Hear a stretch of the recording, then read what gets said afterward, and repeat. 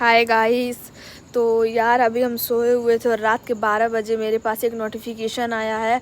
वो अलर्ट वाला था कि मतलब अगले 3 घंटों में बहुत तेज़ सी आंधी तूफान आने वाला है। आंधी तूफान और भूकंप और बिजली गिरने का ये सब आने वाला है। तो हम बाहर आ गए हैं और 12 बजे आके हम बाहर टहल रहे हैं। देखिए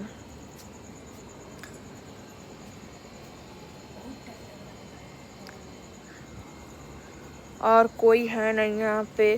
तो गाइस बच के रहिएगा आप लोग, क्योंकि जो जो लोग छत पे सोते हैं या मतलब छत पे कितने लोग खटिया बिछा के सोते हैं, कितने लोग अपने नीचे जिनका पेड़ पौधा रहता है सोते हैं। तो प्लीज़ आप लोग जहाँ भी हैं, अगर आप लोगों के फ़ोन में भी ये नोटिफिकेशन गया है तो आप लोग वहाँ से हट जाइए।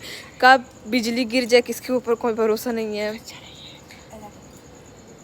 सुरक्षा करिए अपना, अलर्ट रहिए। ठीक है, तो बाय बाय।